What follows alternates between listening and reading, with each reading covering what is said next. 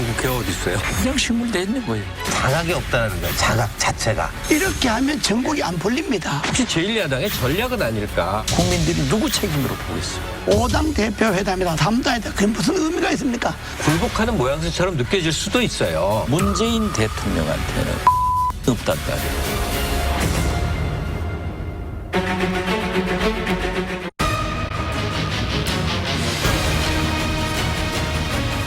센터코쇼 강적들이 뽑은 한 주간의 가장 강력한 뉴스, 강한 뉴스 시작합니다. 여야 강대강 대치 속에 6월 임시국회 개원이 차질을 빚고 있습니다. 끝없는 여야 정쟁의 민생이 뒷전으로 밀려나면서 최악의 식물국회란 비판이 나오고 있는데요. 그래서 준비한 이슈는 멀어지는 국회 정상화, 돌파구는입니다. 오늘은 박지원 민주평화당 의원, 이재호 자유한국당 상임고문 모시고 얘기 나눠보겠습니다. 어서 오세요. 네. 제가 김대중 대통령, DJ는 김대중 대통령, 김대중 총재 대변인 오래 했어요. 제가 김대중 총재님을 모시고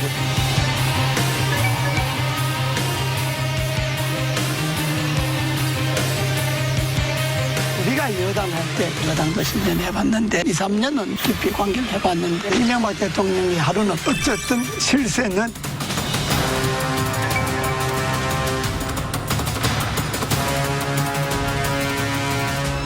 법안 하나도 통과 안 시켜줬어요. 고지발처럼 한가한 게 아니라고요. 없는 사람한테 양보하라 하면 뭘 양보할 거예요? 그래 정국이 풀리죠.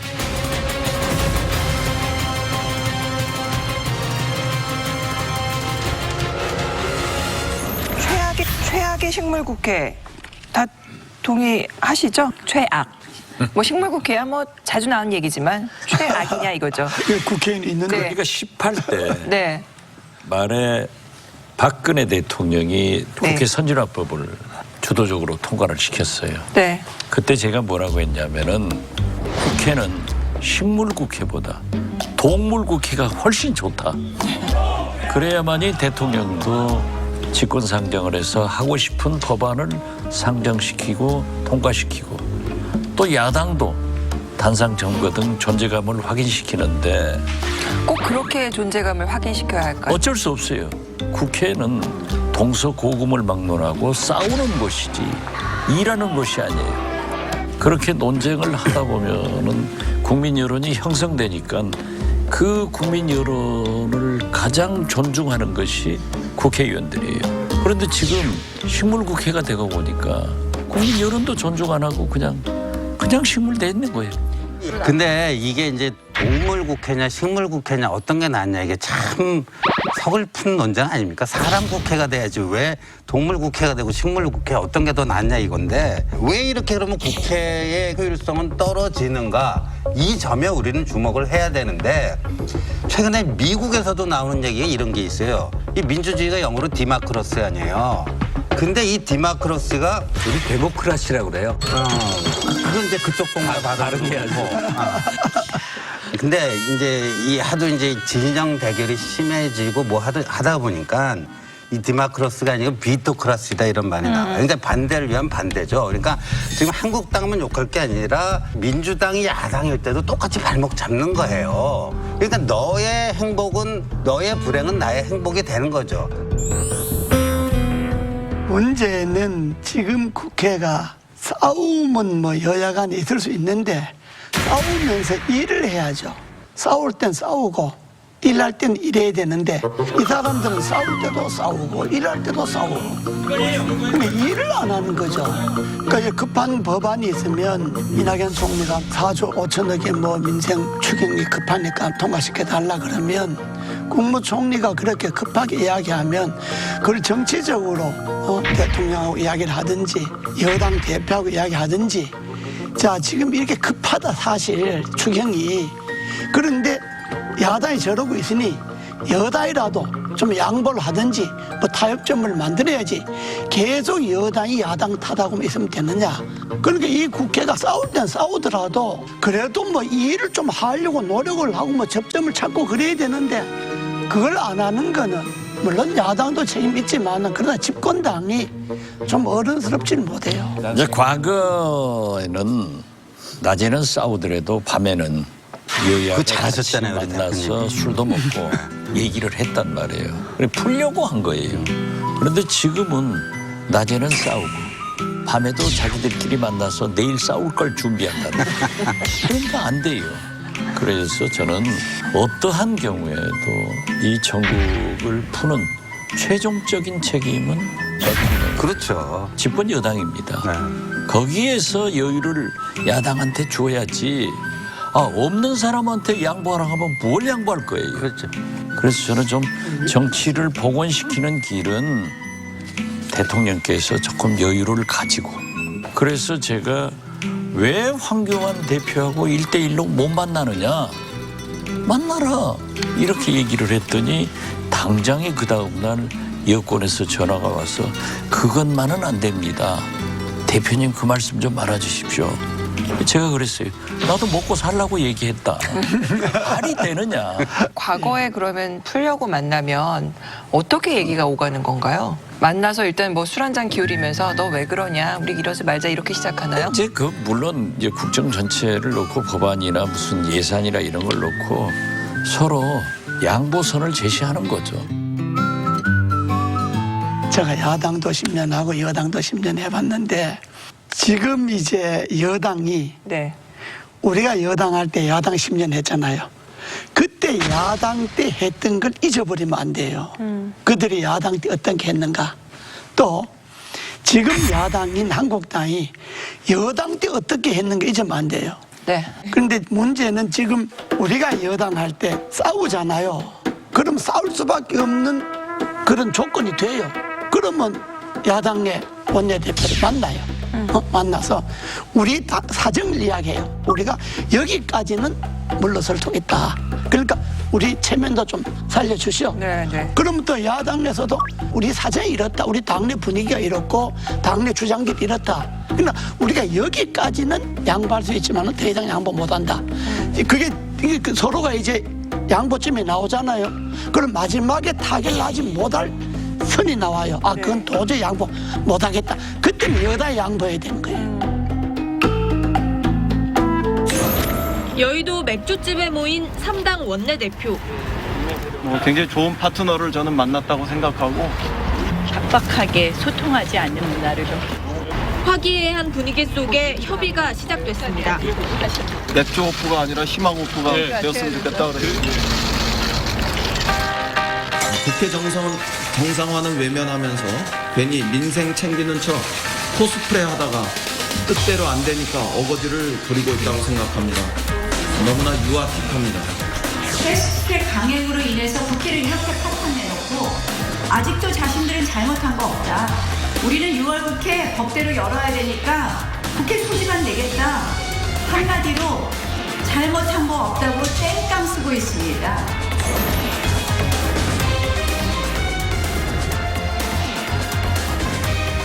이인영 대표가 야당 보고 유아틱하다 그러니까 나경원 대표는 땡깡 부린다 이렇게 얘기하잖아요. 네. 거의 캐릭터 싸움으로 보여요.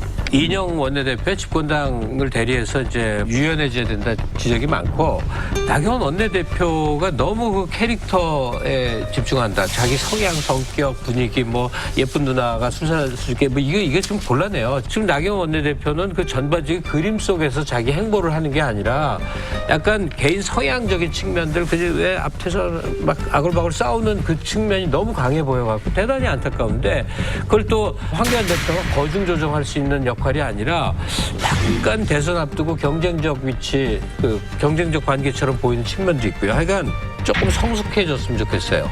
두 원내대표가 이게 성숙미가 안 보이는 현재 모습이에요. 굉장히 안타깝습니다. 그리고 지금 집권당하고 제1야당이 만나냐 안 만나냐 갖고 지금 기싸움하는 거거든요. 손학규 바른미래당 대표가 청와대가 자유한국당을 뺀 4당 대표 회담을 제안했다고 폭로하자 청와대가 즉각 5당 대표 회담과 함께 황교안 대표에게는 문재인 대통령과의 1대1 회동을 제안했다는 사실을 뒤늦게 공개했습니다. 황 대표는 교섭단체 3당 대표 회동과 1대1 회동은 수용하겠다고 역제안했습니다.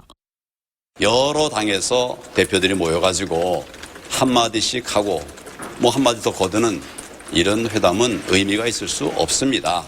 다당이라고 하면 의미 있는 다당은 교섭단체 아니겠습니까?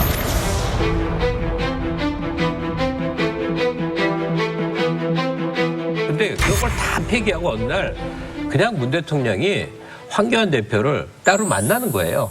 뭐 청와대가 부담스러우면 제3의 장소도 전격적으로 해볼 수 있지 않아요? 등등 해서 이 황교안 대표 기도 좀 살려주고 대외적인 제1야당의 명실상부한 지도자로서 위상을 세워주면서 절충점을 찾아내서 다음 단계로 넘어가는데 문재인 대통령이 여기서는 아예 이 무게추 역할을 해주시면 좋겠다. 그러니까 지금 갑셈은 그건 문재인 지금 대통령이 이제 1대1로 만나야 된다 지금 이 그러니까 오전에도 이런 거 다 폐기하고 그냥 만나시라. 김갑수 선생이 굉장히 진화한 거예요. 많이 발전했어요. 많이. 네, 고맙습니다. 일단 대표님이 옆에 계시니까. 내가 그 처음에 얘기를 했잖아요. 이거예요, 바로. 네. 지금 접점돼요. 저는 가장 중요한 게 그거예요. 문 대통령이 그 미국하고 북한하고 핵 협상할 때는 니고시에이터를 자처를 하셔요. 근데 여야 간에 이렇게 크게 지금 뭐 최악의 식물국회 비판을 받을 정도로 이렇게 있을 때는 그 집권 여당이 사실상의 영향력을 행사하면서 마치 여야 간의 싸움을 하면은 본인은 제3자적 입장에서 너무 극한 정쟁이 되는 것 같다, 안타깝다. 이건 문재인 대통령뿐만 아니라 이전에 박근혜 대통령도 그랬어요. 부동산 3법도 작년에 이제 어렵게 통과가 됐는데 그거를 비유로 하자면은 아주 퉁퉁 불어 터진 국수입니다. 우리 경제가 참 불쌍하다. 그런 불어 터진 국수 먹고도 힘을 차리는구나. 정부 추경안이 제출된 지도 벌써 40일째가 된 만큼 국회에서도 답답함과 책임감을 느끼고 있을 것이라 생각합니다. 추경안을 신속하게 심사해 주실 것을 당부드립니다. 그냥 막 당사자가 아닌 것처럼 얘기를 해요. 이게 니고시에이터라고 하는 자각이 없다는 거예요. 자각 자체가. 근데 그 부분만 얘기를 하면요.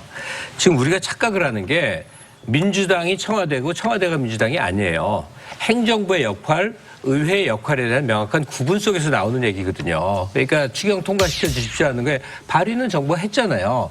그 다음 역할인 의회의 역할에 대한 강조지 나는 상관없습니다. 이거는 국회죠. 그 말씀도 맞는데 우리가 여당을 해봤잖아요.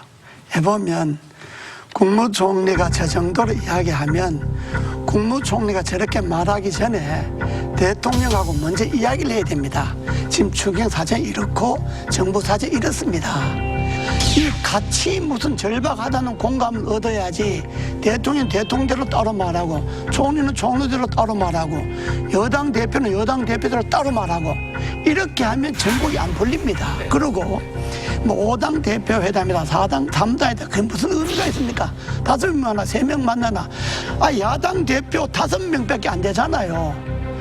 비록 뭐 평화당이나 정의당의 원내 교섭단체는 아니라 하더라도 그들도 일정하게 국민의 지지를 받아서 국회에 들어왔잖아요. 그러면 의석수는 적지만 국민의 일정한 지지가 있잖아요. 그러면 대통령이 만나서 이야기를 다 들어보고 그러고 나서 거기서 대통령이 또 대통령의 말이 또 있지 않겠습니까? 그러면 그 이야기를 다 듣고 난 다음에 자 우리가 여당 당 대표들 다 만났으니까 같이 모여서 저녁이나 한번 합시다. 이렇게 해서 전국을 풀어갈 생각을 해야지. 무조건 뭐 5당 아니면 안 된다, 몇 당 아니면 안 된다. 지금 이렇게 고집할처럼 한가한 게 아니라고요. 과거에는 김대중 총재 대변인을 오래 했어요. 야당 대변인을 제가 4년 3개월 최장수 했는데 김영삼 대통령께서 추석이나 설은 원내 총무, 사무총장, 정책위 의장, 당 대변인 이걸 소위 사역이라고 합니다. 네네. 여기에 떡값을 보내줘요. 그게 나쁜 정치라고는 우리가 비난할 필요 없어요. 그리고 한 번씩 이 사역들을 초청해서 식사를 해요. 대통령이. 여야 한꺼번에 안 해요. 각 당끼리 한단 말이에요. 네네. 제가 김대중 총재님을 모시고 차를 타고 가면서 총재님 제가 김영삼 대통령을 어떻게 비난하니까 YS가 제 뒷조사를 시켰는지 어쩌는지 아무튼 한국에서 하더니 미국 제회사 거래은행도 하고 있습니다. 저를 굉장히 괴롭히는데요. DJ가 아무 소리 안 하고 차를 타고 왔는데 동교동에 딱 내리시면서 저를 쳐다보더니 손톱을 깎지 마라. 왜요? 더 세게 긁어버리라는 거야. 그래서 제가 YS를 아주 성가시게 해댔어요. 그런데 한번 식사를 초청해서 갔더니 YS의 습성 중 우리 이재우 상임고문님이 더 잘하시지만은 이 반가운 사람 만나면 등을 탁 때리는 게 있어요. 근데 저를 만나더니 탁 때리는데 엄청나게 아파요. 그래서 저는 그 순간 이제 용서해 주는구나. 이제 뒷조사 안 하겠다. 아니 근데 그 표시하신 분들도 대단하지만 알아들으신 분도 대단하십니다. 그러니까 정치 부단이야. 그래서 네. 그런 운치가 있었어요. 예를 들면은요. 지금 청와대가 비서실이 여당이 정부가 야당을 설득하는데 너무 인색한 거 아니에요? 그렇죠. 인생할 정도가 아니라 이 없는 사람들 같아. 네. 문재인 정부는 백공일과를 잘하는 것 같아요. 백공일과가 뭐예요? 100가지를 칭찬해 주는데 하나를 저는 2년간 문재인 대통령 칭찬을 방송에서 제일 많이 했어요.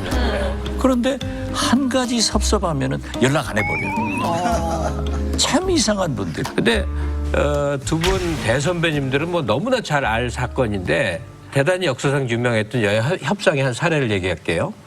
바로 박정희, 김영삼 회동이에요. 이게 김영삼 대통령이 돌아가실 때까지 입을 안 열은 일이에요. 유신 그 후반부, 그러니까 완전히 몰락하기 전에 그래도 힘이 셌을 때 YS가 신민당, 그러니까 그때 제1야당의 총재가 되면서 엄청 강경했던 거예요. 어느 날 전격적으로 박정희, 김영삼 청와대 회동이 있었던 거예요. 그러고 나더니 갑자기 신민당이 태도가 많이 달라졌습니다. 그 정부에 굉장히 협조적으로 바뀌었어요. 그 사자 같은 맹공을 퍼붓던 YS 태도가 매우 달라졌단 말이에요. 그 안에 뭐가 숨어 있었느냐. 박정희 대통령이 그때 YS를 불러놓고 이런 말을 했다는 설이 가장 유력합니다. 임자도 대통령 한번 해야지. 그때는 YS가 바보같이 넘뻑 그 말에 넘어가서 협조했다라고 늘 하는데 YS는 그런 바보가 아니거든요. 그때 YS가 절대로 원탑이 아니었어요. 야권에는 정치활동을 전혀 할 수 없었던 주로 일본에 가 있던 DJ도 있죠. 무슨 신도환이니 뭐니 중간 보수들도 많이 있어서 언제 어떻게 될지 모르는 상황인데 그 일을 계기로 해서 YS는 완벽한 야권의 원탑 리더가 됩니다. 저도 오픈 의회 공간에서는. 그러니까 소위 말해서 주고받은 거예요. 지금 문재인 대통령대로 그런 트릭을 쓰라는 건 아니지만 분명히 황교안 대표에게 크게 줄 거 있습니다. 줄 게 있어야 받을 것도 있잖아요. 그러니까 여기까지만 말해도 지금 대통령과 제1야당 간에 거래할 게 있어요. 그래서 국면을 넘어갈 수 있다고. 네, 예를 하나 들면 제가 이제 5번 감옥을 살고 나서 민중당을 만들었잖아요. 민중당을 만들었는데 선거가 있는 게 총선이 있는 거예요. 이 지금처럼 내년에. 총선에 나가야 되는데 아니 내버텀도 줄줄이 다 집행유예 뭐 방공법 국가보안법 뭐 줄줄이 걸려서 갖고 출마할 사람이 없는 거예요. 다 법에 걸려서 그 출마하려면 사면 복권을 받아야 되는데 그래서 청와대에다가 노태우 대통령 면담하자. 그 민중당에서 감히 그 원외 정당이고 뭐 재야운동 단체는 마찬가지잖아요. 한 열흘 만에 청와대에서 연락이 왔어요. 대통령 면담하겠다. 누구 들어오겠냐. 그래서 사무총장이 내하고 정책위장 장기표 씨하고 상임대표 이우재 씨하고 셋 들어가겠다. 그러니까 제가 처음으로 이제 청와대 그 대통령 접견실에 갔는데 노태우 대통령이 앉아있고 비서실장 있고 우리가 셋이 앉아있는데 그래 왜 면담을 신청했냐 하면 대통령께서 우리 민주당 사람들 사면 복권 좀 시켜주십시오. 그것 때문에 왔습니다. 그리고 우리가 그때 소위 그 전두환 대통령, 노태우 대통령에 대한 감정이 우리가 얼마나 있었겠어요. 그 이야기를 다 한 거예요. 그러니까 우리는 이렇게 생각한다. 우리가 국회의원에 출마를 해야 우리도 정치를 원내에서 할 것 아니냐. 그 이야기를 쭉 하니까 노태우 대통령이 그건 일리 있다 이거예요. 다올 만들었으면 출마를 해야지 일리가 있다 이거예요. 그래서 내가 그랬어요. 우리만 복권시키면 완전히 우리가 사쿠라 정당 되니까. 사쿠라 정당이 뭐죠? 아니, 그런 거 있어요. 다음에는 고용정당. 네네. 되니까 그때는 다 사쿠라 정당으로 됐어요. 엄청 사쿠라라고 저도 욕했어요. 그때. 그 얼마나 우리만 복권시키지 말고 지금 야당도 긴급조치나 방공법으로 복권 안 된 사람이 많습니다. 그분들도 동시에 복권시켜 주십시오. 그러니까 그때 내 지금도 기억이 나. 그 짐이 점점 많아지네. 그리고 그 자리에서 법무장관 불려서 우리 민중당하고 평민당하고 복권 안 된 사람들. 지금 전국에 너무 중요한 말씀을 하셔서 제가 조금만 붙을게요. 하나 더 하고. 그래서 나왔는데 그래서 우리가 복권이 다 되고 평민당 사람들 내가 지금도 기억해. 이길재 의원 몇 사람이 복권이 됐는데 그분들이 나중에 내인데 그래서 이종상 때문에 우리 복권 됐다고. 그래서 정치를 그렇게 풀어간 적도 있어요. 근데 선거 나갈 때 다 떨어졌어요. 완전히. 이 박정희, 김영삼 영수회담을 대표적으로 사쿠라 회담이다. 그렇죠. 아까 제가 얘기한 해요. 그 내용이 안 알려졌다 하는데 그때 당시 신민당의 대변인이 이택돈 의원이셨어요. 그러니까는 그분은 DJ의 사람이야. 그러니까 YS가 박정희 대통령하고 회담하고 나서 이 대변인 드라이브를 한번 하자. 그래서 삼청동 뒤로 싹 드라이브를 하면서 너무 YS 기분이 좋은 거야. 무슨 좋은 일이 있습니까? 그랬더니 박정희가 임자가 다음에 대통령 해라 하더라. 그것이 이제 사쿠라로 협력을 하니까 됐어요. 그렇지 사실 정치는 좀 사쿠라가 많아야 잘 돼요. 이게 구정치라고 비난할 게 아니야. 지금 사면 복권 얘기했잖아요. 네. 제가 원내대표 때 주호영 정무장관이 점심을 먹으면서 내가 이명박 대통령한테 얘기를 해라. 사면 복권을 하자. 지금 현재 우리가 감옥에 계시는 분이 백이선. 당신들 계통에는 서청원 의원이 있지 않냐. 했더니 좋은 아이디어입니다. 그래서 이제 사면 복권을 하기로 했어요. 그래가지고 연락을 하더니 이 주호영 장관이 해임돼 버렸어. 물러갔잖아. 그러니까 이제 얘기가 진척이 안 돼. 그런데 이명박 대통령이 절대 서청원을 안 해준다겠어. 여기는 안 된다 이거야. 나는 무슨 원한 관계가 있는지 모르겠어. 이걸 누가 풀 수 있느냐? 그랬더니 이재호 장관이 풀 수 있다는 거야. 권익위원장이 그때 그런 것 같아. 그래서 내가 이재호 만나자. 그랬더니 형님 스위스 그랜드 호텔에서 만납시다. 밥을 사줘. 그래서 내가 쭉 설명을 했더니 자기가 들어갔다 나온대요. 그 실세인 것을 내가 그때 이제 증명을 하는데 밤에 이명박 대통령하고 청와대에서 얘기를 해가지고 나오면서 지금 정문 지나기 전입니다, 형님. 그러면서 서청원이랑 다 해주기로 했습니다. 그래 풀었어요. 그게 정치죠. 근데 지금 젊은 시청자들은 이재호, 장기표, 이우재, 재정구 이런 사람들이 얼마나 대단하고 유명한 사람들이었는지를 모를 거예요. 제야라는 운동권이라는 데서 얼마나 큰 존재였는지를 모를 거예요. 근데 대통령이 왜 만나고 왜 사면을 시켰을까? 그들이 뭐가 이뻐서 정부를 가장 타격하고 군사 독재를 왼수로 여기는 사람들을 왜 받아주고 왜 사면시켜서 왜 출마까지 가능하게 했을까? 제야에게 지분을 주는 대신 제도권 안으로 집어넣은 거죠. 나중에 어떤 일이 생겨요? 삼당합당으로 다 먹어버리잖아요. 소위 이게 정치라는 거죠. 그렇다면 문재인 대통령도 지금 할 일이 뭐냐? 제1야당 대표에게 일정한 정도 권능을 부여해주고 야당의 지도자로서의 인정을 사회적으로 해줘서 그쪽도 그만큼 대가 지불을 할 수 있는 조건 마련이에요. 그리고 황교안 대표가 당을 완전히 장악해서 자기 힘을 더 갖고 차기 대선까지 쭉 나가는데 민주당도 거기 맞춰 대비하면 되는 것이지. 그러니까 김갑수 선생이 네네. 굉장히 좋은 방향으로 발전하면서 일부 사람들은 저 사람도 타락해 가는구나. 개과천선이죠, 개과천선. 타락한다고 그러겠죠.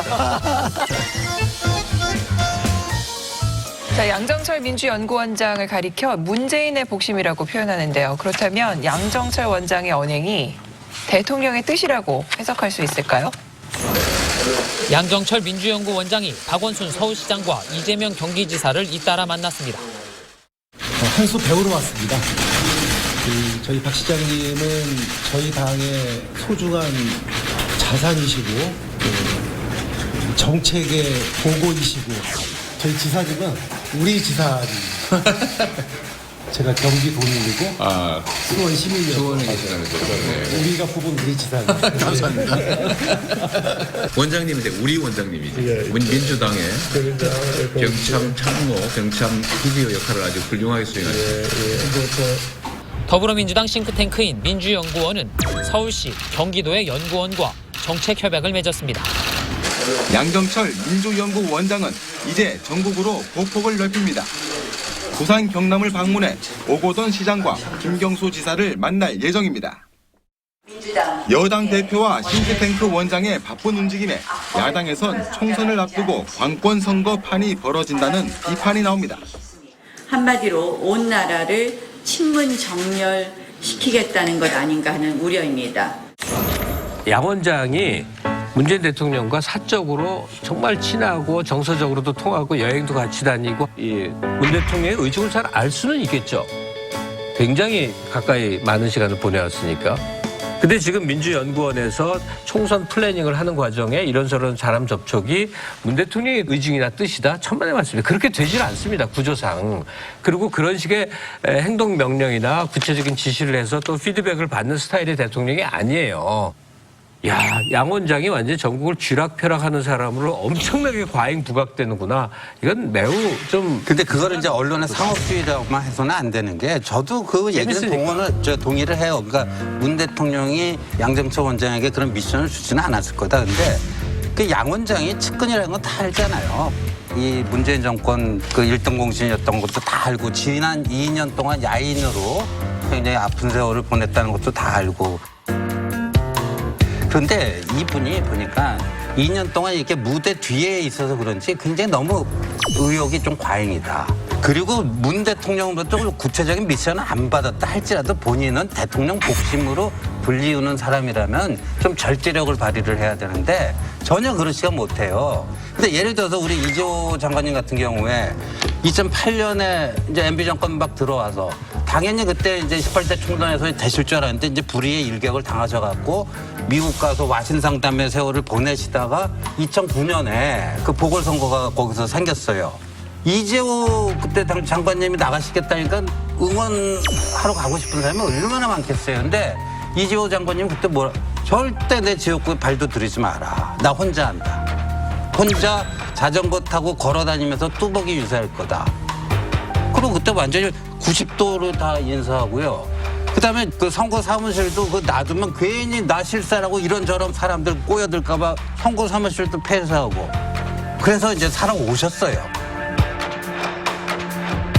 그러니까 실세라고 이렇게 세간으로부터 인식되는 사람들은요 철저하게 몸을 낮추고 고도의 절제력을 발휘를 해야 되는데 양 원장은 2년 동안 공백이 있어서 그런지 너무 지금 의욕이 과잉이고 이러다 보면은 반드시 탈이 나요. 실수한다. 제가 그 은평구 보궐선거 때 저하고 친하잖아요. 저는 이제 야당 단일 후보 선거 유세를 하면은 우리 이재호 고문이 자전거 타고 지나가요.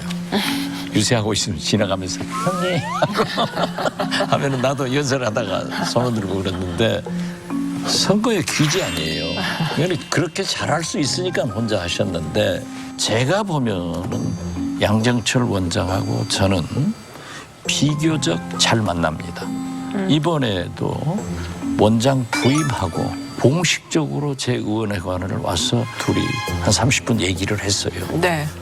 문재인 대통령과 언제 만났다는 소리는 절대 안 하더라고요. 그래서 외국 갔다 와서 한 번 못 만나고 나도 못 만나게 벽이 쳐졌습니다.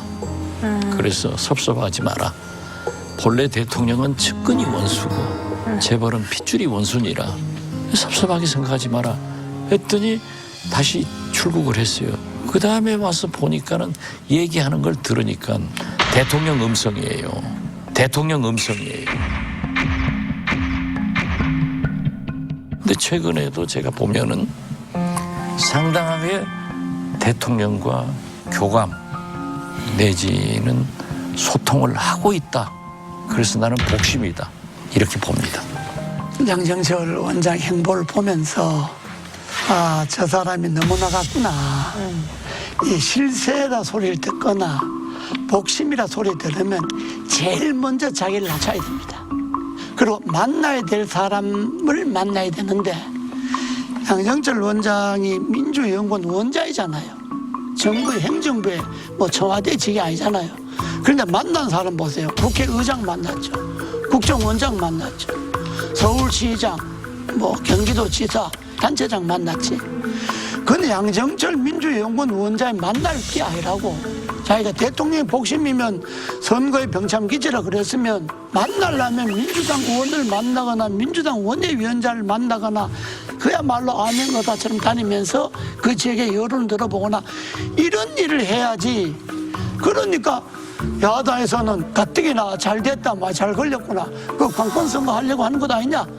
그 이야기를 야당이 안 하면 야당도 한심한 야당이지. 당연히 야당이 공격하는 거지, 그거는. 야당과 언론이 양정철 원장을 지금 너무나 도와주고 있잖아요. 그러니까. 아니지. 보세요. 그런데 신진 인사 영입할 때 얼마나 힘이 실리겠어요. 누굴 만나더라도 근데 그거는- 양정철과의 대화가 공천과 직결될 수 있구나라고 바로 생각이 오겠죠. 양정철 씨가 어쩌면 역으로 언론과 야당의 공격을 활용한 거라는 관점에서 생각 안 들어요? 그건 전혀 아니고 그거는 양정철 씨가 크게 착각한 건데 이미 양정철 그러면 민주연구원 원장이었다, 뭐 문재인 대통령 측기다, 복심이다, 그거 하나로 양정철에 대한 평가는 끝난 거예요. 거기서 플러스 해갖고 국정원장 만나고 시도지사 만나고 국회의장 만나면 그때부터 양정철은 마이너스가 되는 거예요. 그게 무게가 더 올라가는 게 아니고 아, 저 사람 너무 나갔구나, 저거 저 위험하겠구나. 그러면 정말로 민주당의 공천을 받고 싶어 일하려고 하는 사람은 양정철에게 가까워지는 거 아니라 권력 사회에서 드러나면 죽는다는 거 다 아는 거거든. 아, 저 양정철 오래 못 가겠구나. 금방 아는 거예요. 진짜 양정철이가 민주당이 낸 총선 이기려면 저런 행보는 도움이 안 됩니다. 전혀. 제 경험으로 보면 역대 이 장관 그런 게 있잖아. 공천 칼질 해가지고 잘 된 사람이 없어요. 절대 하지 마라. 김대중 대통령은 이제 선거를 앞두고 행안부 장관을 교체하는데 김응래 차관이라고 저희 고향 후배가 대단히 유능한 공무원이에요. 네. 그러니까 누구든지 다 저도 김응래 차관을 가지고 올라갔어요. 그랬더니 김대중 대통령이 이분은 능력이 있고 그런데 전남 사람이다. 네 후배지 않냐. 이건 괜히 오해를 산다. 네. 그렇기 때문에 야당에서 오해를 사지 않으려면은 영남 사람을 차관을 시키는 게 좋다. 해서 이근식 차관을 장관을 시켰어요. 그래서 저는 이 문재인 대통령도 양정철 원장도 야당이 의심하고 국민의 오해를 살 수 있는 일은 안 하시는 것이 좋다. 그리고 양 원장은 대통령은 임기 말로 넘어가면은 외로워진다.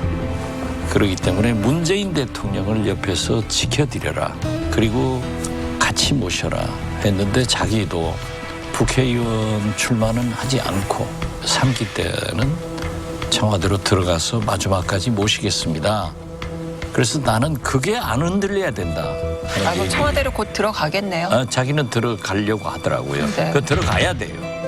그래서 양 원장도 그러한 얘기를 저도 자주 해주기 때문에 잘 할 겁니다. 근데 저는요, 이재명 경기지사 만나가지고요, 끝나고 나서 또 밥 먹으면서 소주 한 잔 진하게 했더라고요. 근데 앞으로 말해 삼철이 분화가 될 가능성이 전 좀 있다. 왜냐하면 전해철 의원 같은 경우에는 지금 이재명 지사하고는 완전히 견원지간 아닙니까? 근데 양정철이 또 이재명하고 그렇게 된다?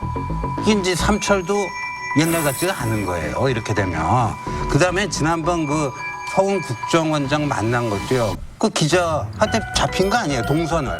근데 두 가지 가능성이 있어요. 하나는 양정철이 요주 인물이니까 양정철 그냥 무조건 누구 만나는지도 모르고 따라갔을 수가 있고, 아니면 뭔가 사전 제보를 받고 따라 붙었을 수가 있어요.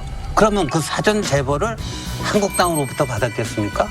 권력은요 동서고금 막론하고 외부 공격이 아니라 내부 균열로부터 이게 무너지는데 좀 양 원장이 이렇게 되다 보면 어딘가에서 좀 전 탈이 날 거다 이렇게 봐요.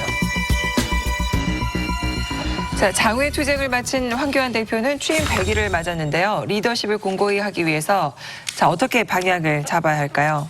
이거는 제가 황교안 대표의 열혈 지지자이고 성원을 하기 때문에 먼저 좀 말을 하겠습니다. Nobody believe him.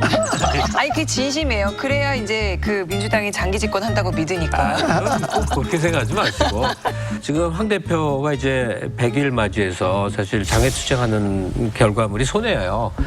당 대표 맡았을 때 시작을 해서 장애 투쟁하니까 올라갔는데 장애 투쟁 끝나는 최종적으로는 떨어졌어요.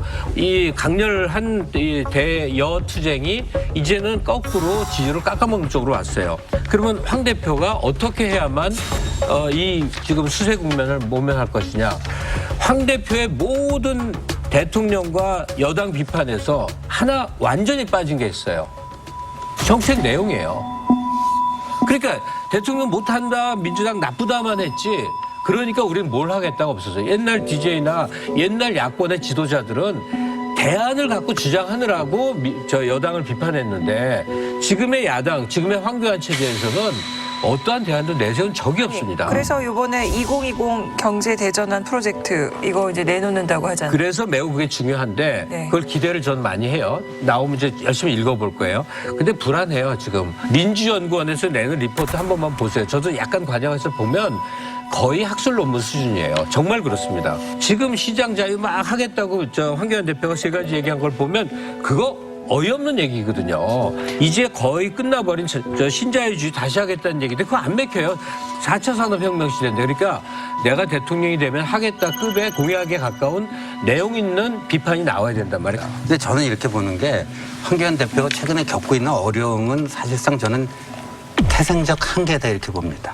태생적 한계. 이게 무슨 얘기인가 하니 과거에 이회창 총재가 YS 대통령하고 크게 충돌해서 그다음에 좀 공백기가 있다가 이회창이라는 인물이 신한국당의 총선 승리를 위해서 필요하다 해서 선대위 의장으로 옵니다. 근데 이회창은 굉장히 당내에서 자기 세력 만드는데 고생을 했어요. 이른바 7인방 만드는데도 우여곡절이 상당히 있었습니다. 근데 황교안 대표 보세요. 오자마자 초고속으로 대세론이 형성이 됐습니다. 입문한 지 2달 만에 당 대표가 되는 거예요, 이거는. 어떤 세력들이 그러면 그 황교안 대표에게 절대적인 지지를 보여주고 뭘 했던가. 우리 다 알잖아요. 퇴출 위기에 놓여 있던 이른바 친박 중심의 그런 사람들이 황교안이 자신의 어떤 정치적 생명을 연장해 줄 수 있는 유력한 그런 발판이 될 수 있겠구나 생각하고 그쪽으로 가서 다 붙으니까 이게 초고속으로 이제 대세론이 형성된 겁니다. 그래서 이제 잘 나갔어요. 잘 나가는데 오히려 이게 지금 본인에게는 여러 가지 짐으로 작용하고 있고 최근에 그 막말 이게 계속 나오는 것도요. 그런 거하고 다 연관이 돼 있는 게 5.18 망언이라든가 이런 거 제대로 엄단을 못 했잖아요. 그리고 그렇게 넘어가는 분위기예요. 그러다 보니까 아이고 뭔가 나도 이런 한마디 해도 괜찮겠구나 하는 뭔가 그게 지금 이제 나사가 풀려 있는 상태라는 거죠. 그러니까 고정 지지층은 그런 발언을 좋아하거든. 그래서 최근에 이제 이런 얘기가 나오고 있어요. 황교안의 한국당은 한국당의 애국당화다. 뭐 이런 얘기도 이제 정확한 얘기예요. 이런 얘기도 나오고 있는 거죠. 그러니까 어떻게 보면 황교안 대표가 초고속으로 당 대표가 됐던 것이 지금은 오히려 제약 요인으로 작용하고 있다. 그런 거죠. 이 야당 대표라는 게 제일 중요한 게 지도력이잖아요. 지도력이고 두 번째 대여 투쟁력이잖아요. 지금 그 신윤 이야기했듯이 너무 초고속으로 당에 들어와서 그 안착을 하다 보니까 이제 눈앞에 대통령이 이제 왔다 갔다 하는 거예요, 지금. 그리고 가 있는 마다 다 당원들이 모이잖아요. 당원으로 모이면 박수치고 열렬히 환영하잖아요. 거기서부터 빠져나오지를 못하는 거예요, 이제. 또 여론조사해보면 맨날 1등 가지고 그러니까 지금부터 그 상태를 유지하려고 하는 생각이 자기도 모르게 생기는 거예요. 현 상태를 대선까지 이대로 유지해 가야 되겠다. 그런데 정치란 게 그렇지 않잖아요. 언제 어디서 복변이 나타날지도 모르고 언제 어디서 악재가 나타날지 모르는데 이걸 잘 마무리하는 건 지도력인데 지금 제가 보기에는 지도력 면에서 당은 추설려 쓰는지 모르지만은 정권을 맡길 만한 문재인 정권 다음에 한국당이 정권을 잡아야 되겠다 하는 그 대안을 제시하는 데는 아직까지는 많이 부족하다. 그리고 대여 투쟁도 이러잖아요. 지금 막말이 이제 당 사역들이 줄줄이 막말로 지금 아주 곤욕을 치르잖아요. 원내대표, 사무총장, 정책의장, 대변인. 그러면 대표는 어떻게 해야 되느냐? 당대표는 겉으로 대놓고 그냥 앞으로 그렇게 하면 조치하겠다 이렇게 해버리면 그 의원들은 또 김갑수도 이야기했지만 그 지지자들은 또 그런 거 좋아하거든. 그 시원하다, 말 잘했다 이렇게 하는 사람들도 있거든. 그러니까 그걸 막말을 잘했다고 하는 사람도 없지. 그거는 막말하는 사람들이 의식의 문제야. 그걸 아예 김재원이가 문재인보다 낫다 하면 되겠어 그걸? 그거는 말하는 사람 의식의 문제요. 안 돼. 그건 다 아는 이야기야. 네. 그러나 당 대표라고 하는 거는 매 시기 매 사안마다 어떻게 이거를 야당의 내부를 해치지 않고 견고하게 나갈 수 있느냐를 대표는 생각해야 된다 이 말이에요. 네. 제가 볼 때는 그러한 막말 이것이 계속될 때는 내부로 다스리는 것보다는 국민을 향해서 그 막말 한 사람을 징계하지 않으면 네. 저분이 대통령 되더라도 공무원들이 자기 측근들이 잘못하면 저렇게 하겠구나. 네.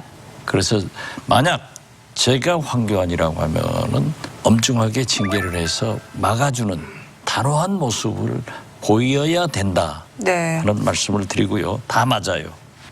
대안 제시가 없어요. 과거의 대여투쟁과 지금의 대여투쟁은 다른데 오히려 구정치인보다도 과거보다도 더 똑같이 더 강하게 하면은 지금 이 5G 시대 국민들이 납득이 되겠느냐 저는 그런 생각을 하는데요. 제일 중요한 것은 표입니다. 그런데 황교안 대표가 표 계산은 잘하는 것 같아요. 한국당은 도로 박근혜당 소리를 듣는 것이 표를 받는 길이에요. 그런데 민주당은 표 계산은 잘 못하는 것 같아요. 민주당은 지금 도로 호남당이라고 하면 안 된다 하는 것에 매여 있어요. 또 이 황교안 대표가 잘하는 게 부처님 오신 날 가서 합장을 안 해버리는 것. 퀴어 축제. 이러한 때 맞추어서 동성우는 절대 반대한다 하면은 기독교 근본주의자들은 열광하는 거예요. 그래서 저는 지금은 집토끼 잡는 데는 성공했다고 평가하더라도 역사의식, 시대 소명, 과연 대통령으로서 저분을 맡길 수 있는가 네. 하는 것에 대해서는 굉장히 의문스러운데 네. 싸우는 것은 이제 그만하라 그런 말씀 드리고 싶습니다. 갑자기 궁금해지는데 황교안 대표 얘기하니까 홍준표 전 대표랑 그 유시민 이사장이랑 같이 그 유튜브의 토론 배틀은 어떻게 됐어요? 유튜브 채널 TV 홍카콜라를 운영하는 홍준표 전 자유한국당 대표와 알릴레오를 운영하는 유시민 노무현재단 이사장이 홍카레오라는 이름으로 만났습니다. 입장 차이가 가장 뚜렷했던 건 대북 문제였습니다. 북핵을 만들고 탄도미사일까지 만들었다는 것은 이거는 적화동을 당했다는 겁니다. 북한의 권력층을 완전 비이성적이고 괴물 같은 집단으로 보면 해법이 없다고 봐요. 홍 전 대표는 문재인 대통령이 정치 보복을 하고 있다고 비판했고 유 이사장은 황교안 대표의 리더십을 문제 삼았습니다. 지금 문 대통령도 내가 걱정이 되는데 저 태무에 안전하겠나? 재집권 못하면 저 안전하겠나? 지금 야권의 리더십과 관련해서 약간 저는 저렇게 가서 되나? 근데 저는 이게 소문난 잔치에 먹을 것 없다. 예. 이 얘기가 딱 맞은 것 같아요. 두 분이 어떻게 보면 좌우를 대표하는 독설가 중에 독설가 아니에요. 근데 너무나 다들 젠틀맨이 되고 점잖게 하더라고요. 그러니까 재미가 없어요. 박진감이 없어요. 그건 재미없다면 그대가 이제 재미없거나 이해력이 부족한 거고 이해력 많은 사람 한번 얘기해봐. 홍카레오에서 제일 열심히 들어야 될 사람이 황교안 대표입니다. 왜 그러냐? 사실 유시민 이사장은 대화를 끌어가기 위해서 거의 자기 주장을 삼간 거예요. 홍준표 대표들은 마음껏 말씀하시라고 그러면서 계속 가능한 데까지 동의를 하면서 살짝 사정만 붙인 정도예요. 그러면 홍준표 대표는 딱 스탠다드, 표준이라고 딱 보면 돼요. 뭐냐면 구보수 세력의 관점이에요. 북한의 핵무기 개발, 적화 통일하려고 하는 것이다. 보수 세력의 지향, 시장 자유다. 등등등. 무슨 교과서를 대하는 것 같았어요. 아, 보수란 이런 거구나요. 근데 그 보수가 적응하기에 환경이 매우 바뀐 상황이거든요. 황교안 대표는 홍준표 전 대표의 말씀을 잘 경청을 몇 번이고 한 다음에 거기서 어디까지 나가면 다음이 보이는구나를 공부하시면 돼요. 근데 만약에 홍준표에게 머물거나 홍준표보다 이전으로 돌아가면 그건 꽝이죠. 단 한 표도 더 모을 수가 없죠. 그런데 이번에 홍카레오 보면은 약속을 편집을 안 하기로 했어요. 그런데 홍준표 측에서 편집을 해버렸단 말이에요. 한 10여 분 잘라버렸어요. 이게 이제 오히려 자기가 꿀린 것을 뽑았지 않냐 하는 그런 것을 좀 심어주더라고요. 그렇군요. 최근 현대중공업 노조 집회 현장에서 무단 점거와 폭력 사태가 발생했는데요. 오토바이 무리가 도로를 달립니다. 갑자기 바뀐 주주총회 장소로 가는 노조원들입니다. 주주총회가 열린 울산대 체육관 앞에서는 노조와 경찰이 충돌했습니다.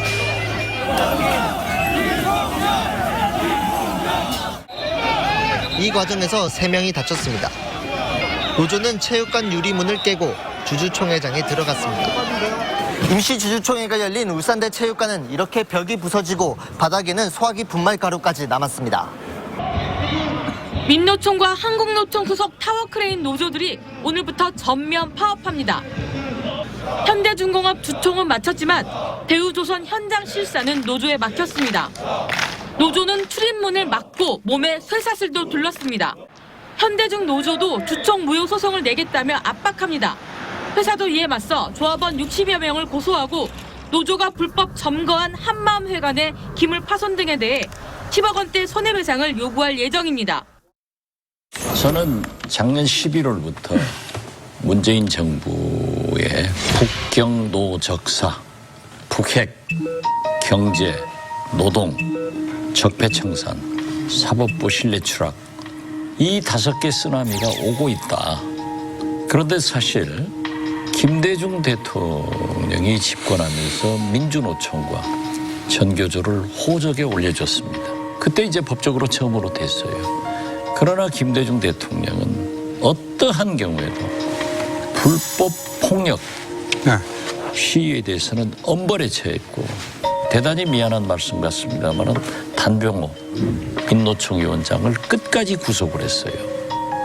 그런데 단병호 위원장을 석방시켜 주십시오. 김승훈 신부님이 그렇게 말씀하시니까 김대중 대통령이 석방시켜 주겠습니다. 그 대신 불법 폭력 시위를 하지 않겠다는 각서를 쓰면은 하겠다. 이렇게 하니까 김승훈 신부님이 그건 당연하죠. 가서 면회를 가서 단병호 위원장한테 얘기를 하니까 김승훈 신부님이 다시 대통령께 오셔서 하시는 말씀이 이건 절대 못 쓰겠다. 나가서도 불법 폭력 시위 하겠다. 이렇게 해서 석방이 안 되고 끝까지 구속을 했어요. 그런데 김대중 정부에서 민주정부에서 인권정부에서 노동자들이 많이 구속되니까 국제인권기구 제네바에서 그리고 UN ILO에서 합동조사가 나왔어요. 그걸 제가 이제 준비를 했었는데 그러한 불법 폭력 시위의 모든 자료를 보고 ILO 관계자가 민노총 분들에게 비보도를 전제로 경고한 게 있습니다. 어떤 경우에도 불법 폭력 시위는 하지 마라. 그래서 언론은 보도되지 않았지만 우리는 다 알고 있는 사실이에요. 그런데 저는 이번 현대중공업을 보고 노조도 반드시 판결권이 있으니까 할 수 있어요. 그렇지만 그러한 폭력, 불법을 하는 것은 절대 용납돼서는 안 되고 이제 정부에서도 그러한 불법 폭력 시위에 대해서는 단호한 대처가 필요하지 무조건 노조라고 해서 불법 폭력에도 넘어가는 그런 정부는 국민들이 바라지 않는다. 이 현대중공업하고 대우해양조선하고 합병하는 거는 그게 정부의 아닙니다. 그렇죠. 정부가 100% 투자한 산업은행이 현대중공업이라 제안을 해갖고 현대중공이 그걸 받아준 거예요. 그런데 대개 우리 그 민주운동 했던 사람들은 노조를 비판하거나 잘 하지 않습니다. 왜냐 그럼 과거 군사 독재 시절에 노조가 일정하게 민주화 운동에 기여한 것이 있기 때문에 동지의식이 있기 때문에 별로 비판하지 않습니다. 저도 지금까지 뭐 민노총 별로 비판을 안 했어요. 근데 이번에 거는 이게 너무한 거예요. 울산에 근 이틀 동안 전쟁을 치렀는데 주총장을 점간 한마음회관이라는 게 그 요새 보셨지만은 완전 전쟁터잖아요. 그 한마음회관이라는 게 울산 시민들이 한 달에 5,000명 이상 이용하고 학교도 그 안에 있는데 그걸 완전히 아주 그냥 바닥을 내놨잖아요. 그거는 노총이 그렇게 하면 안 되죠. 문제는 그렇게 울산에서 이틀간이나 전쟁이 났는데 완전히 정부는 민노총의 불법 폭력 행위에 대해서 오불관원이란 말이에요. 강건은 불보듯 하는 거예요. 대통령께서 민노총에 한마디로 해야 되지 않습니까? 그런데 민노총과 현대중공업이 싸우면 그걸 울산에서 중재를 해야 할 울산시장과 울산시의회 의장이 삭발하고 그냥 머리 빡빡 깎고 달려들잖아요. 그럼 그 어떻게 하라는 이야기입니까? 울산시장이나 시의회 의장이 민노총하고 정부하고 중재를 해야지 시장이 그냥 머리 빡빡하고 삭발투쟁하고 달려들면 이게 무정부 상태입니다. 무정부 상태. 왜 그러느냐? 이 문재인 정권이 민노총에 대해서 부채의식을 가지면 안 됩니다. 민노총이 저 문재인 정권의 빗받듯이 우리가 촛불대모해가고 당신들 정권 잡았으니까 이제 우리 요구 들어줘라 이렇게 나가면 그건 민노총도 안 되고 정권도 그렇게 하면 안 됩니다. 보십시오.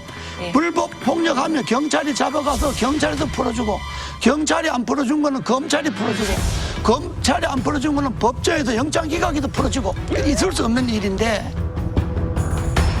민주노총 사태에 대해서 보면은 이례적으로 그 온건한 이낙연 총리도 강력하게 의지 표명을 했기 때문에 이제 민노총도 돌아와야 돼요.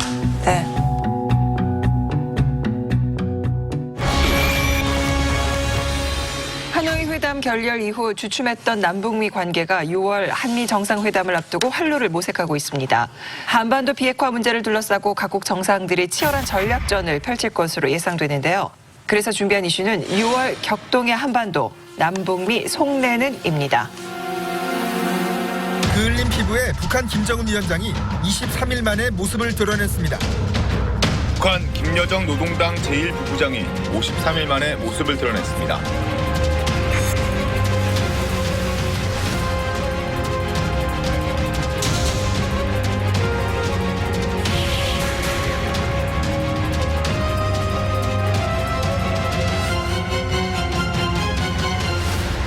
일을 못해.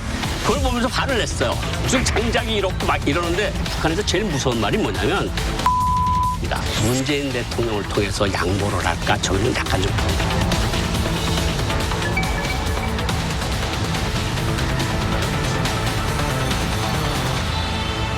하노이 회담 결렬 이후 북한 외무성 관료 수청설이 끊임없이 제기돼 왔습니다. 하지만 소문과 달리 최근 김영철 부장과 김여정 부부장이 다시 모습을 드러냈는데요. 김정은 국무위원장이 부인 리설주와 군인 가족들의 선전 공연을 관람합니다. 그런데 사진 끄트머리에 김영철 부위원장이 포착됐습니다. 김정은을 향해 박수를 치는 간부들 사이에도 김영철이 보입니다. 김영철은 그동안 하노이 미북 정상회담 결렬 책임을 지고 노역형을 받은 것으로 알려졌는데 건재를 과시한 겁니다. 북한 김정은 위원장이 배집단체조 개막 공연이 끝나자 군중들에게 손을 흔듭니다. 그러자 여동생인 김여정 제1부부장이 입가에 미소를 띤 채 힘껏 박수를 칩니다. 김여정이 공식 석상에 등장한 건 지난 4월 12일 이후 52일 만입니다. 김여정은 고위 수행자 15명 가운데 10번째로 호명됐지만 앉은 자리는 리수용 당 부위원장보다 상석인 리설주 바로 옆자리였습니다. 북한의 실질 서열 2위로 꼽히는 최룡해 당 부위원장이 지난해 앉았던 바로 그 자리입니다.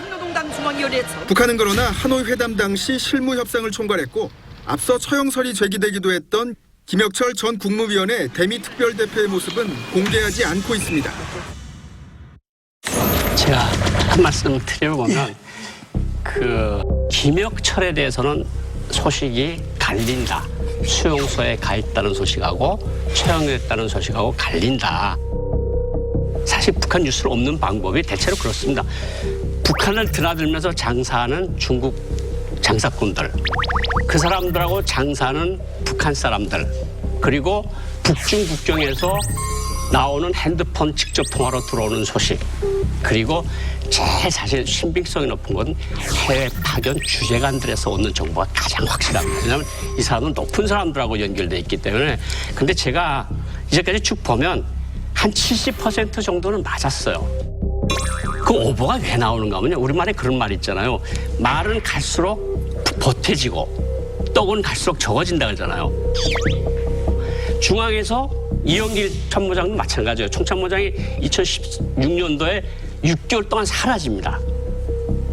그러니까 처벌을 받았대. 중앙에서 처벌을 받았대가 밑에 여단장쯤까지 오면 숙청이 됐대. 그걸 또 전하는 어떤 탈북민이나 어떤 사람은 숙청이 되나 청산이 됐다 이거거든요.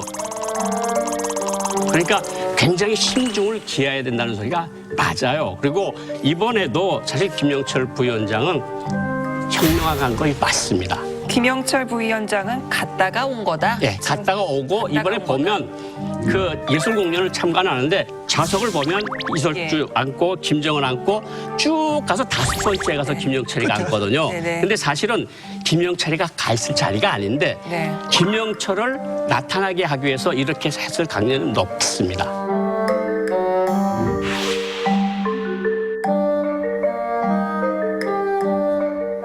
이번 소위 김여정, 김영철 문제도 우리나라 탈북자들 사이에서 소문에 의거해서 확인된 거예요. 그런데 지지난 금요일 날 좀 여러 곳에 알아보니까 분명히 그러는 거예요.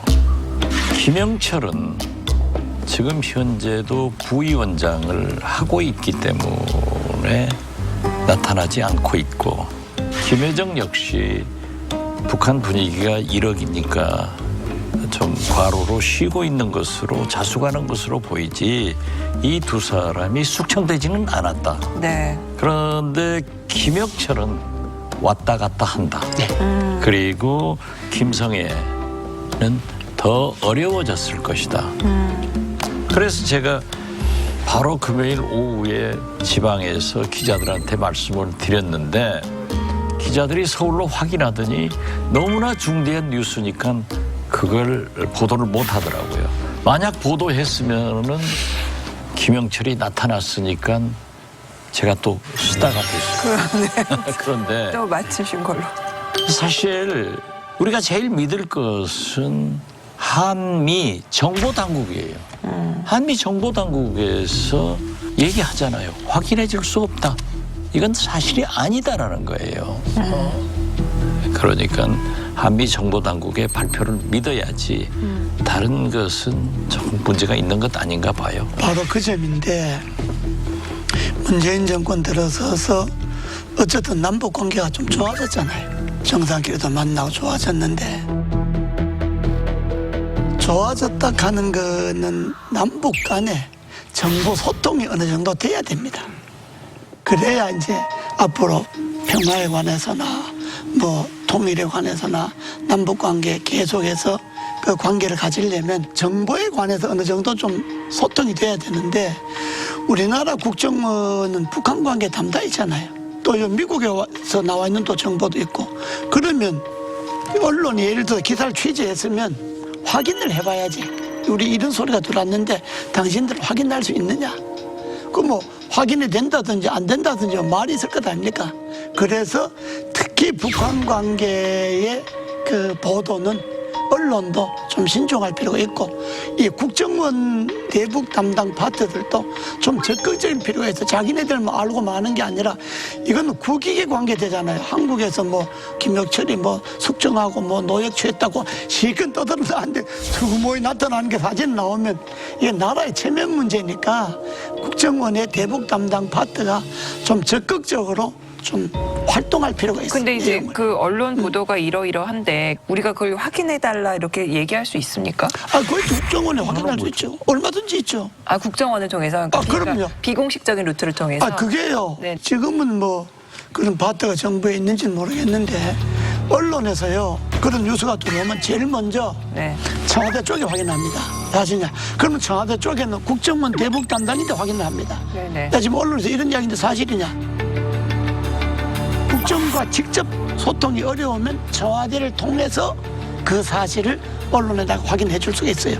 이런 시스템이 좀 잘 돼 있어야 되는 거예요. 우리 정부의 발표를 보면은 북한은 어제 망했어야 돼요. 안 그러면 최소한도 오늘은 망해야 되고 내일은 망해야 되거든요. 그런데 안 망하고 저렇게 가더라고요.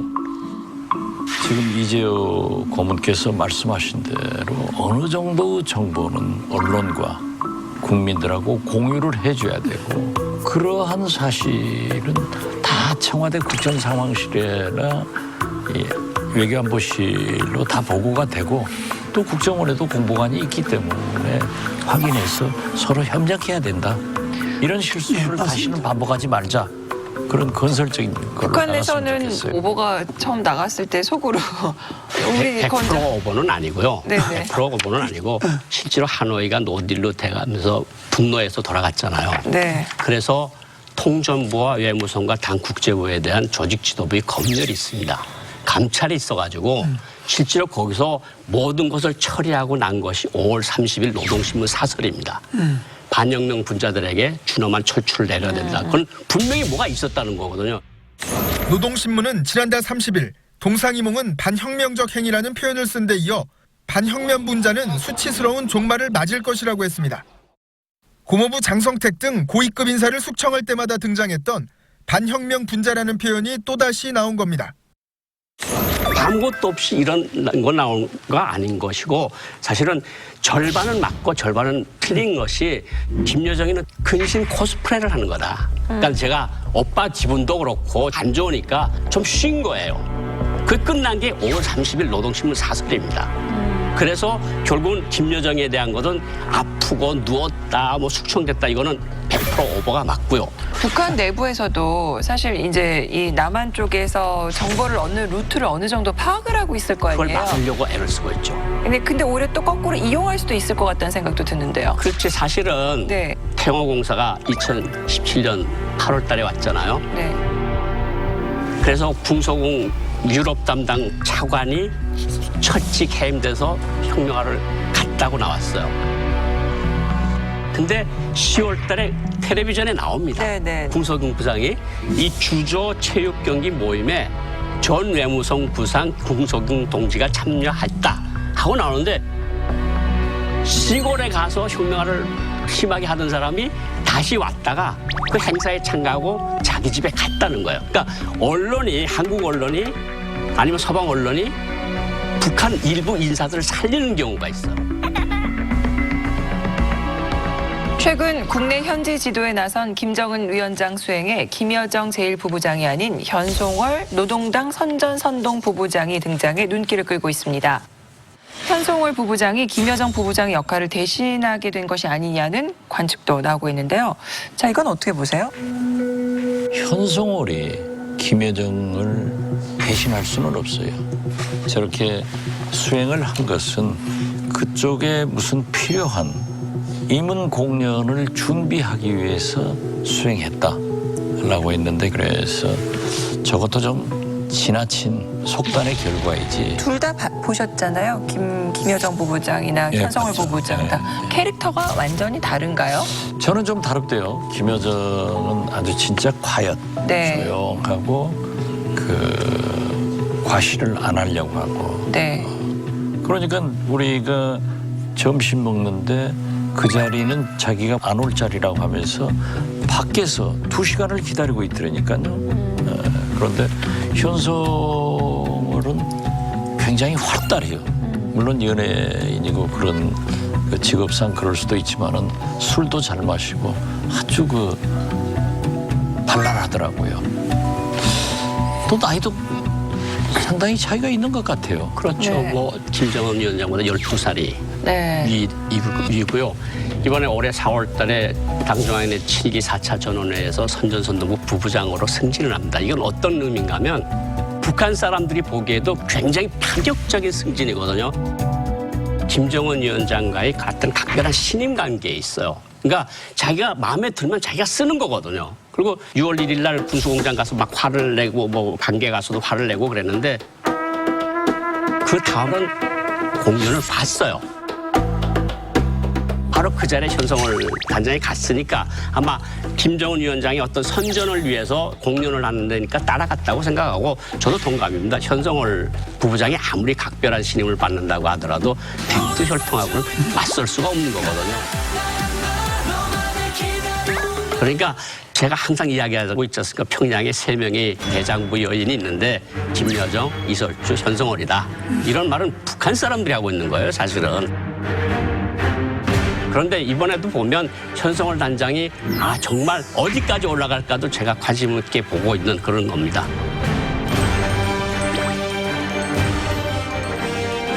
김정은 위원장이 최근 군수공장들을 현장 지도하며 공개 활동을 보였습니다. 김정은 위원장이 평남 기계종합공장을 시찰했다고 북한이 보도했습니다. 평양 귀환 과정에서 방문한 것으로 보입니다. 평남 기계종합공장은 인민경제 발전에서 대단히 중요한 몫을 맡아 하는 공장이라고 하시면서 세세기 기계공업의 본부기 공장으로 꾸려야 한다고 다시금 강조하셨습니다. 한동안 두문불출했다 다시 활동에 나선 김정은 위원장의 속내는 뭘까요?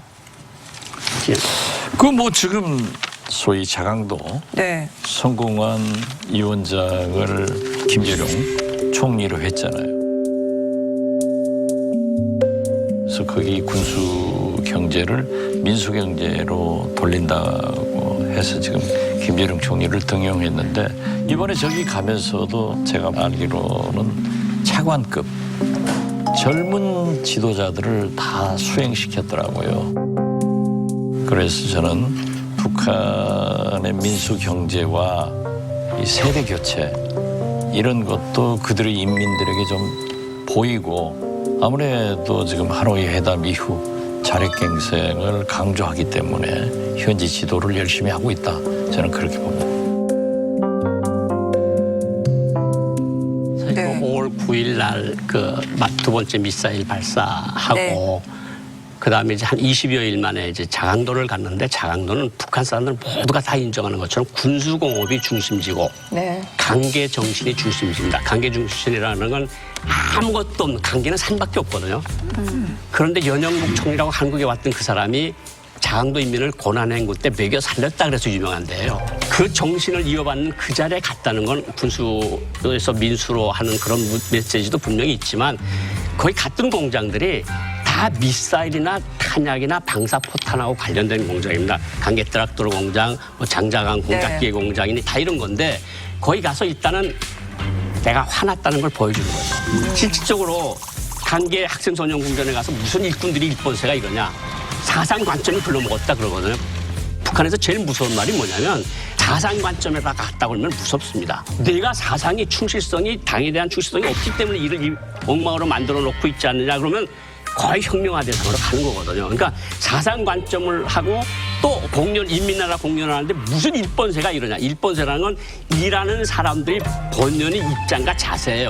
이렇게 막 돌아다니면 화를 내는 건 내가 많이 화났으니까 뭐 저는 대미 메시지도 분명히 있다고 봅니다. 나를 자꾸 자극하고 그러지 마. 이런 거에 보여주는 거고 북한 내부 사람들한테는 어떤 메시지인가 하면 지도자는 저렇게 열심히 하는데 외무성도 그렇고 군수공업도 그렇고 학생 전용공정도 그렇고 문화예술도 그렇고 다 일을 못해. 근데 저는 그 집단체조 보고 화를 냈다는 거 보면서 어떤 생각이 들었냐면 아니 지금 남한에서는 BTS 같은 사람들이 밖에 나가서 공연하면서 그렇게 국력을 과시하고 있는데 우린 지금 뭐 하고 있는 거야? 막 이런 느낌도 그런 것도 있지 틀림없이 있을 겁니다. 않을까. 왜냐하면 네. 6월 달부터 10월 10일까지 인민의 나라라는 걸 공연을 하게 돼 있는데 네. 죄송합니다. 이제 허락을 받고 말씀드릴게요. 박 선생님. 예술에 대해서 제가 잘 모르는데 그걸 왜 저를 아니 제가 이분도 그렇게 허락할 이치는 아니십니다. 그게 관념에 따라 보는 사람 관점에 따라서 예술은 달라지는 거 아니에요. 네. 다른 사람들 예술인들은 좋다고 해서 다 만들어 놓고 관통공연이라고 그러거든요. 새로 인민들한테 보여주기 전에 지도자가 먼저 보는 걸 관통공연이라고 그러는데 그걸 보면서 화를 냈어요. 무슨 장작이 이렇고 막 이러는데 속에는 웸블리 스타디움에서 그 방탄소년단 가서 막 이러는 거 보고 아 저기를 막 6만 명, 12만씩 모아놓고 그러는데 우리는 뭐 하고 있느냐. 이것도 조금 작용을 하지 않았을까요? 저 우리 고 박사가 조금 이번에는 오반이 있어요. 왜냐하면은 BTS는 저러는데 거기까지는 아닌 것 같아요. 아니에요? 아니 그런 생각을 하나. 작년에 평양 갔을 때도 우리 아이돌 그룹이 공연을 하니까 저하고 같이 앉아있던 북한의 아주 고위급 인사가 도대체 말을 알아들어야 노래를 듣지 저게 노래야? 굉장히 비난을 하더라고요. 삼지연 악단이나 뭐 이런 문화봉악단 공연을 보면요. 소위 김동건 선생의 가요 무대 정도예요. 그러니까 송가인 가수들 그렇게 북한에서 굉장히 인기가 좋을 거예요. 혹시 송가인하고 협약 맺으셨어요? 뭐 협약 맺으신가? 아니 우리 진도니까. 그 TV조선 아내의 맛인가 송가인이 나왔는데 대표님 얘기를 하더라고요. 송가인이 그 박지원 그 의원님하고 통화를 했어요. 전화를 오셔갖고 진도는 진돗개가 제일 유명인데 이제 가인이 네가 제일 유명하다 그랬단 게 저는 안 끼워갖고 그러니까 제 2 진돗개 나왔다라. 지금 아버지 갈게요 한숨 지금 아버지 갈게요 한숨 더 끄네. 송가인이 예능마다 의원님 얘기 다 해. 원래 지 어머니하고 나하고 알아. 아 그러세요? 가인이 네가 떠갖고 진돗개하고 박지원이는 단장의 메아리 고기로 넘어가 버렸다.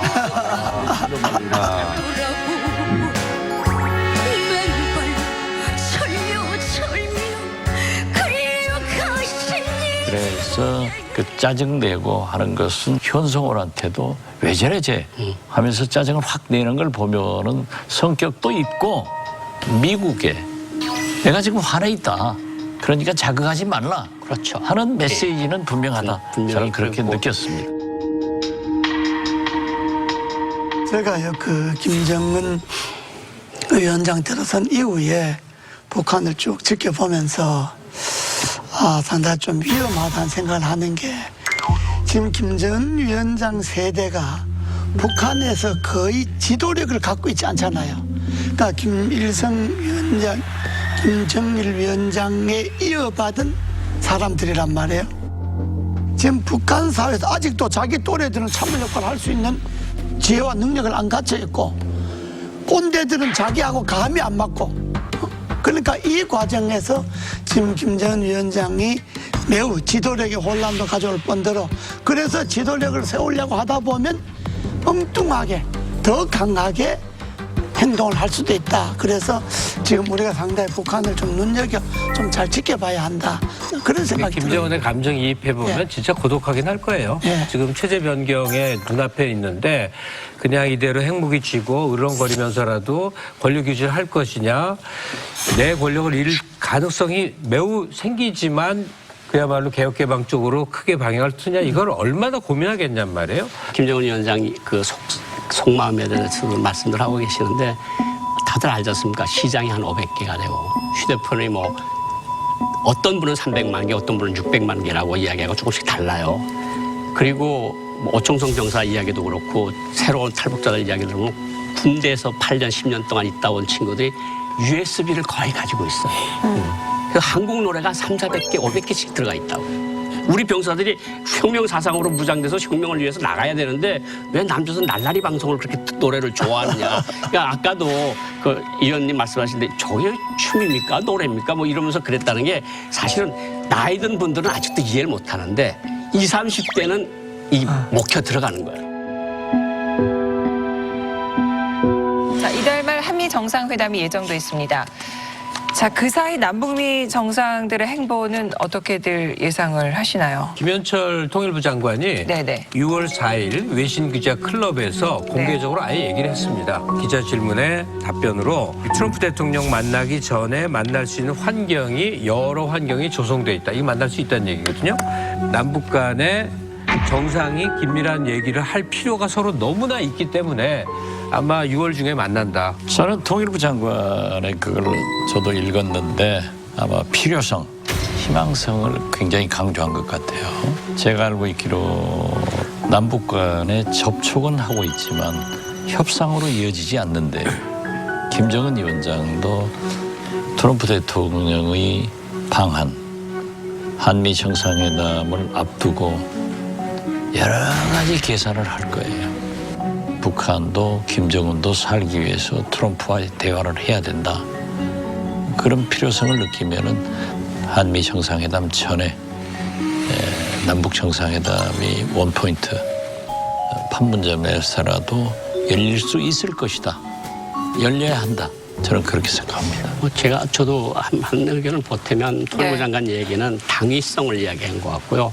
사실 북한 외무성이 미국이 셈법을 바꾸지 않으면 우리는 마주 앉지 않겠다는 거거든요. 이게 위협을 하는 건데. 북한은 6.12 싱가포르 공동성명 1주년을 앞두고 미국의 셈법을 바꾸고 화답하는 것이 좋을 것이라고 밝혔습니다. 북한 외무성 대변인은 담화에서 인내심에도 한계가 있다며 6.12 공동성명이 살아남는가 빈 종이장이 되는가는 미국에 달렸다. 어느 것이 올바른 전략적 선택인지 숙고하라고 말했습니다. 북한은 공동성명을 충실히 이행한다는 입장에 변함이 없다고 밝혀 미국의 선 비핵화 요구를 포기하고 협상하자는 신호를 보낸 것으로 풀이됩니다. 문재인 대통령께서 미국 고위 관리를 만난 자리에서 제재 지속에 대한 어떤 한미 간의 일치를 봤다고 보도가 다 나왔어요. 북한에서 김정은 위원장이 보건데 아니 제재를 푸는 데 앞장을 서야 되는데 제재가 지속되는 데 대해서 의견을 일치를 봤다. 물론 거기에 인도주의적 지원을 해야 된다는 말미는 붙였지만 제재 원칙은 우리 문재인 대통령이 합의를 했거든요. 네. 저 같아서는 김정은 위원장이 조금 더 압박을 좀 세게 해서 미국이나 한국이 근본적인 방향의 전환이 이루어지기 전에는 남북 정상이 만나기는 좀 어렵다고 저는 개별적으로 조심스럽게 예상을 해봅니다. 네, 저도 김 전 위원장이 그 트럼프가 방한해서 문 대통령하고 회담하기 전에 6월 달에 문재인 대통령과 단독으로 회담할 가능성은 없다, 적다 이렇게 보는 게 김정은으로서는 트럼프 오기 전에 문재인 대통령 만나갖고 별 할 말도 없고 소득이 없는 거라. 트럼프하고 문재인이 만나고 난 다음에 만나갖고 그래 어떻게 됐냐 이렇게 하는 게 낫지. 지금 김정은은 미국에다 최대한 압박을 하고 한국에도 압박을 하고 있는데 트럼프 오기 전에 문재인 대통령 만나갖고 별로 할 이야기 없잖아요. 그리고 또 트럼프하고 뭐 우리 문재인 대통령하고 지금 사이가 서먹서먹해 있는데 김정은이가 문재인 대통령 보고 트럼프 만나서 이런 이야기 해달라고 할 수 있는 입장도 아니고 그렇기 때문에 제 생각엔 차라리 트럼프가 문재인 대통령과 회담하고 난 다음에 김정은 위원장하고 문재인 대통령과 회담을 하는 것이 더 북한의 전략으로서는 더 맞는 거지. 그러니까 그 전에 회담하기는 어렵더나 이 이런 대표님 말씀도 뭐 예. 충분히 일리가 있죠. 근데 다른 추정도 가능한 게 내가 김정은이 되고 내가 북한 권부가 돼서 한번 생각해 보자고요. 지금 하루하루가 하는 시간인데 적어도 미국 대통령이 남한에 오고 이런 물밑 대화를 하면 여러 가지 가능성을 짚어라도 볼 수 있는데 이걸 그냥 날려버린다? 난 그건 생각하기 어려워요. 지금 하노이 노딜로 하고 돌아간 다음에 통전부가 거의 쑥대밭이 됐다는 전언이거든요. 그러니까 네. 통전부장 자리에서 물러나고 새로운 통전부장이 임명되고 통전부 과장들 변화가 엄청나는데 지금 북한 내부에서도 남북 대화를 위한 준비가 쉽지가 않다. 이게 통전부가 하는 거니까. 두 번째는 제 생각을 제가 김정은이면 내가 만약 뭔가 양보를 할 게 있으면 트럼프 대통령한테 직접 양보를 하지 문재인 대통령을 통해서 양보를 할까? 저는 약간 좀 회의적이에요. 트럼프도 김정은도 절박하니까 이 블루오션을 문재인 대통령이 타고 들어가서 결국 북미 정상회담이 이루어지도록 하는 거지 다른 의미 둘 필요 없어요. 북한이 우리한테 요구한다고 해서 우리가 들어줄 것 하나도 없어요. 강적들 함께해 주셔서 고맙습니다. 센터쿠쇼 강적들 저희는 다음 주 뵙겠습니다.